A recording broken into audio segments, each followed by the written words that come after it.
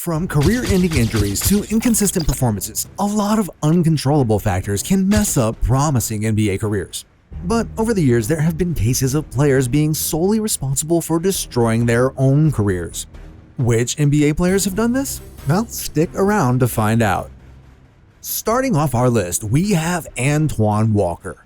Walker was one of the most promising college forwards the league had ever seen. Coming out of Chicago, he became an NCAA champion with Kentucky in just 2 seasons before getting drafted by the Boston Celtics as the 6th overall pick in the 1996 NBA draft. After a pretty impressive rookie season and being named into the all-rookie first team, Walker got mixed up in a rape allegation lawsuit alongside NBA players Ron Mercer and Chauncey Billups. The case got settled out of court though, and he was able to get on with his career, but this wasn't going to be the last of such troubles. Over the next few years, he was selected as an All-Star 3 times for a bumper $71 million contract extension with the Celtics and was poised to lead the Boston organization for a long time alongside Paul Pierce. However, a surprise trade to the Mavericks in 2003 turned out to be the start of his self-destruction. Within the next 5 seasons, Antoine played for the Atlanta Hawks, the Miami Heat, the Celtics again, and the Minnesota Timberwolves. During all these spells, fans only got to see glimpses of Antoine's actual abilities en route to winning the 2006 NBA championship with the Heat alongside Dwayne Wade and Big Shaq. He always had the talent, but his off-the-court troubles kept on weighing him. Eventually, it all came crashing down in 2009 when he was arrested for DUI charges and months later got charged with 3 felony counts of writing bad checks. The news of this took everyone by surprise, seeing as he had earned over $100 million in NBA salaries at the time. It was eventually revealed that Walker was in nearly $1 million worth of gambling debts. I lost a significant portion of money gambling. I used to go to Vegas and gamble. When he was unable to settle the debt, he was put on probation and was mandated to work towards repaying it. Less than a year later, Walker filed for Chapter 7 bankruptcy protection. It took his former Kentucky teammate Nazr Mohammed and Walker selling his championship ring for him to be debt-free 4 years later. He would eventually try to make his way back to the court, but only got as far as the D-League. Up next, we have Stephon Marbury, who had a very similar career path to Antoine Walker. Both players got drafted in the 1996 class, Marbury being the 4th overall pick. Both made the all-rookie first team and got all-star selections in 2001 and 2003, and both had their careers end abruptly in 2009.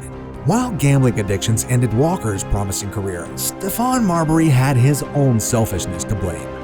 First, in 1999, he got jealous because Kevin Garnett got a bigger contract offer than he and demanded a trade to the Nets. He spent the next 3 years in New Jersey and the following 3 with the Phoenix Suns, and although he averaged about 22 points, 3 rebounds, and 8 assists over these 6 seasons, Marbury was never a good team player. He was literally one of those guys who didn't care if the team lost as long as he racked up individual points.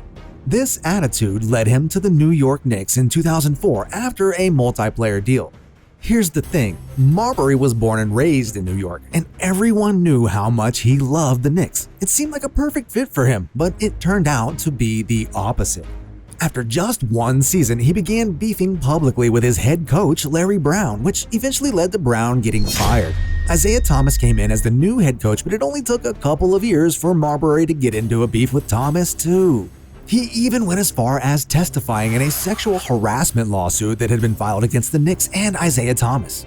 By the 2007-2008 season, the relationship between both men had terribly deteriorated to the point of them exchanging fists on a team plane. Reports also have it that Marbury threatened to blackmail Thomas for taking him out of the starting lineup. Soon after, Thomas was fired and replaced by Mike D'Antoni. But did that bring an end to Marbury's disdain for his coaches? Nope. He only ended up quitting the team in December 2008 after losing his place on the team to Chris Duhon. And wish the New York Knicks well. Like I said, it was a great experience.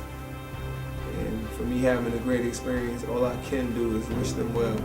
Even when the Celtics signed Marbury in 2009, he only played till the end of the season before refusing a 1-year contract and moving to China. I didn't know nothing about Chinese basketball, really, to be honest. The only thing that I knew about was Yao Ming. in the Great Wall.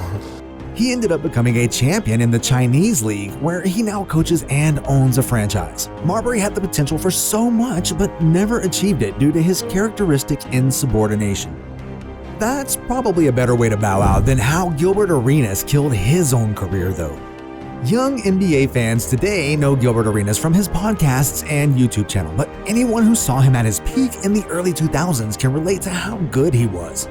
Despite not being a big prospect when he got drafted in 2001, Arenas rapidly improved in 2003 and became one of the best scorers and most clutch players in the league.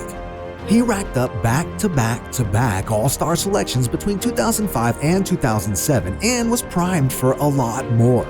However, he was injured for the majority of the next 2 seasons, and when he regained fitness in 2009, Arenas got involved in an incident that ended his career.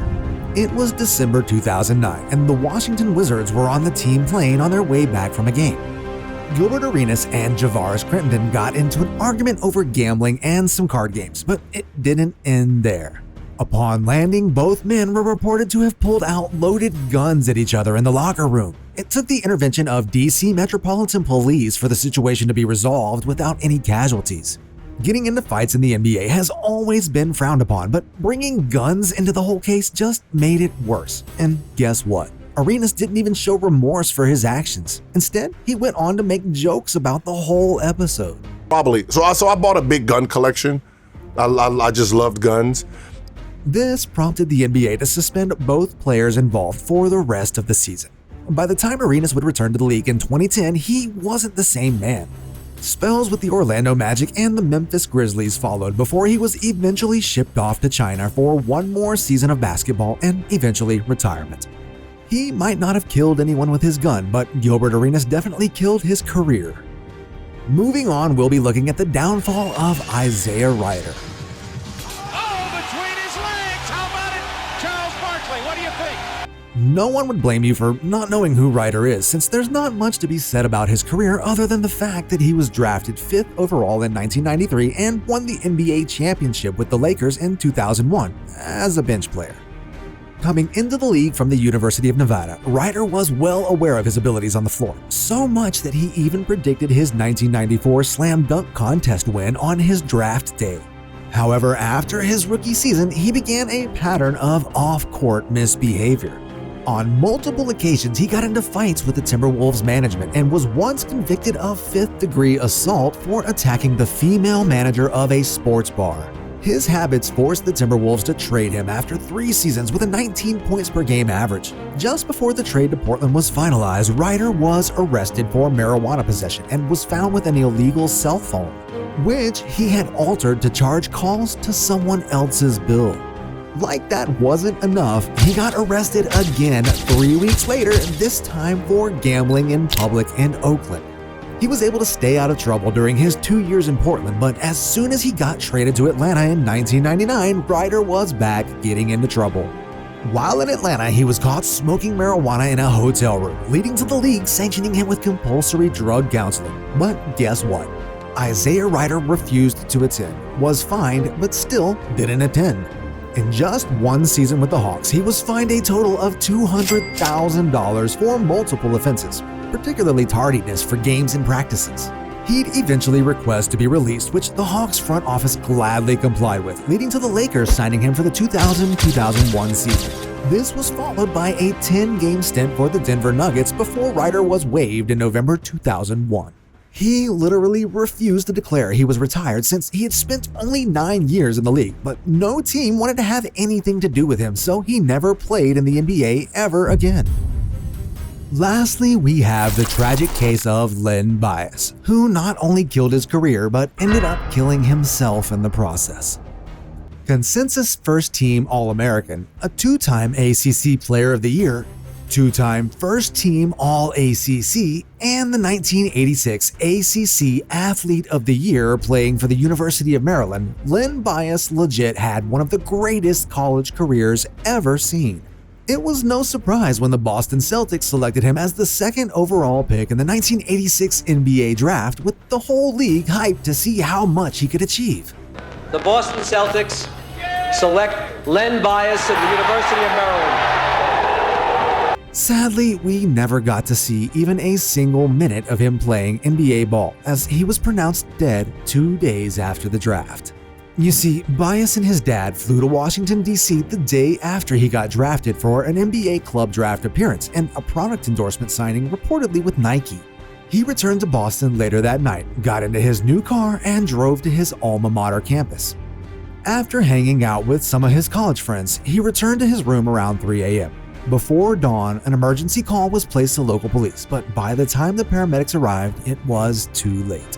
Len Bias was pronounced dead a few hours later, with the cause of death being cardiac arrhythmia as a result of cocaine use. Investigations later revealed that he had been using illegal substances excessively during his college days and hardly had any academic record despite attending college for the full 4 years. His death remains one of the NBA's most tragic losses to date. Which of these NBA players' stories do you find most disappointing? Let us know in the comments section and enjoy our other videos.